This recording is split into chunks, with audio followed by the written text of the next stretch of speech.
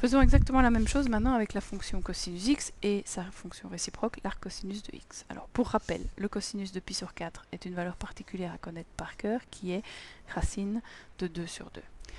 Alors si je prends un angle de 7 pi sur 4, donc pi sur 4 c'est le milieu du premier cadran, 7 pi sur 4 se trouve exactement à l'opposé et leurs cosinus sont égaux. Donc le cosinus de 7 pi sur 4 est égal à racine de 2 sur 2.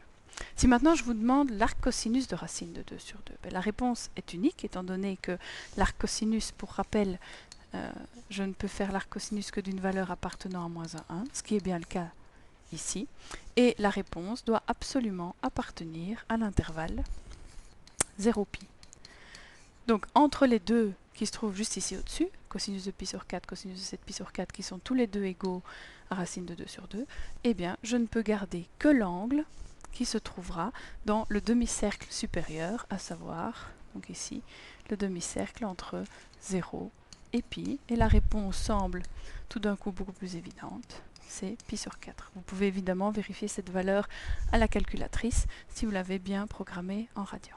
Donc, pour rappel, la question à se poser est exactement la même. L'arc cosinus de quelque chose, ça revient à se demander, mais quel angle a un cosinus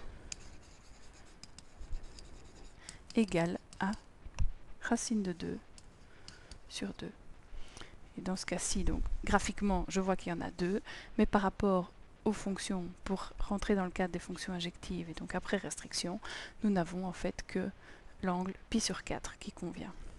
De la même manière, si je vous demande l'arc cosinus de moins 5, eh bien la réponse tout simplement est possible, étant donné que moins 5 n'appartient pas à l'intervalle moins 1, 1.